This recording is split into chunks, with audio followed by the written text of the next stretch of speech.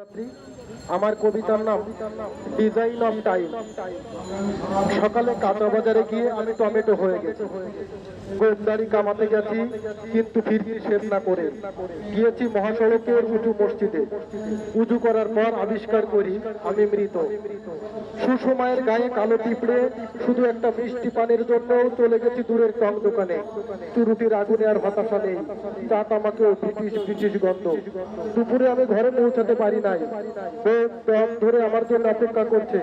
আমি কি net fail করা কোনো রাষ্ট্রযন্ত্র? কনিষ্ঠ প্রেমিকা আমার জন্য অপেক্ষা করছে। তার মায়ের মাথার উপর ডাল কাকের দল। ভর দুপুরে সারা পাড়াময় তাড়িয়ে দিচ্ছে। আপনজনের কাছে পৌঁছে দেখি আমি নিখোঁজ। লাপাত্তা খবর কেন জানি দ্রুত পৌঁছাতে পারে। সে থানার দিকে আমাকে তাক করে রাখে। পুলিশ আমার গায়ে গুলি ভরে দেয়। আমার মৃতদেহের ওজন বেড়ে যাচ্ছে। রুহু কয়েক বছর গিয়ে আবার ফিরে আসছে। এ যাবৎ কারো জন্য আমার এত মায়া হয়নি, কিন্তু গোরের জন্য অনেক কাজ বাকি। মৃত্যু নিশ্চিত হবার আগে তারা নাকের রস, মুখের ফেনিল কষ আর কান দয় সাদা নরম তুলু দিয়ে খুব যত্ন করে মোছে। বুঝতে দিতে চাই না এটা হত্যা, কিন্তু আমার বাজার খুব সিরিয়াস লোক। পানি ও আগুন, তাকে আমি এই দুই রূপে চিনি, কিন্তু আছে বারুদের লাহার। আমি আব্বাকে ডাক দিই, তিনি থানার ভিতরে ঢুকতে পারছেন না। পুলিশ তাকে বাধা দিচ্ছে। বাবা বলছে, ছেলের লাশ চাই বদমাস, ওর কবরের পাশেই হবে আমার কবর। আমি লাশের ভেতর অসহায় হয়ে কাঁদি। আমার মা জন্ম বিদ্রোহী, সে দেশের জন্য একটা নয়, দুটো ছেলের জান কুরবান করতে প্রস্তুত। তাকে সান্ত্বনা দিতে গেলে লোকে লজ্জা পায়। মায়ের এই হিম্মত পেয়ে আমার লাশ জীবিত হয়ে ওঠে। আমি আনন্দ কাঁদতে থাকি, অথচ মায়ের চেয়ে আমি বাবাকে বেশি ভালোবাসতাম। এসব নিয়ে মা আমাকে কতবার খোঁটা দিয়েছে। আমি বলেছি হেসে হেসে, তোমার স্বামী তো। এদিকে তুলে ধুলো অবস্থা। সোশ্যাল গোষ্ঠীতে উদ্ধার করা হচ্ছে আমার 14 গোষ্ঠী, যাদের শত্রু ছিলাম আমি। তারা নেচেছে ব্যক্তিগত জীবন নিয়ে, আমি শুধু হেসেছি। মৃত্যুর আগে একটা স্বপ্ন দেখেছি আমি, রবি এবং কাজী নজরুল। তারা বলছে এদেশটা একটি কবর, এখানে সবাই মৃত হয়ে বেঁচে আছে।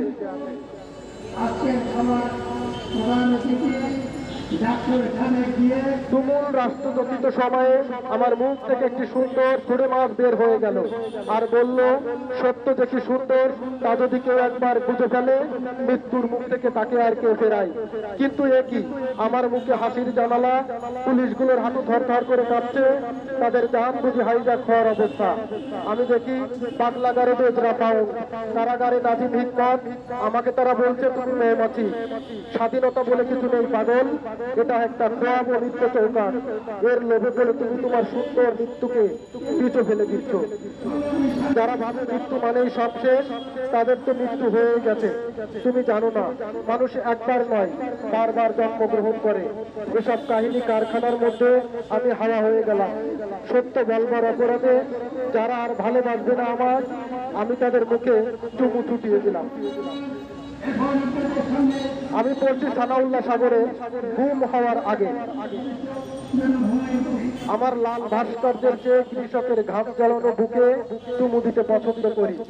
আমরা সফেদ পাঞ্জাবির আভিজাত্যের চেয়ে পোশাক বালিকাদের স্বপ্নময় চোখ পছন্দ করি।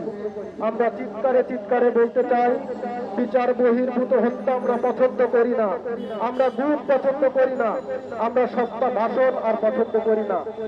আর মুখে তালা নয়, এবার চিৎকার দেওয়ার স্বাধীনতা চাই। বন্ধ করো পাগলের বৈঠকি, যেখানে নির্যাতিতের কান্না পৌঁছাতে পারে না। বন্ধ করো সেই দোকান। ঘুম হওয়ার আগে অন্তত একবার উচ্চারণ করতে চাই, আমরা আমজনতা, আমরা কান্নার স্বাধীনতা চাই।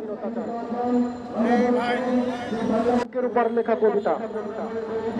যদি আমি উচিত কথা বলি, যদি আমি মানুষের পক্ষে দাঁড়াই, যদি আমি জাতিকে নতুন স্বপ্নে আন্দোলিত করি, হে রাষ্ট্র, তুমি ভাবো আমি তোমার শত্রু।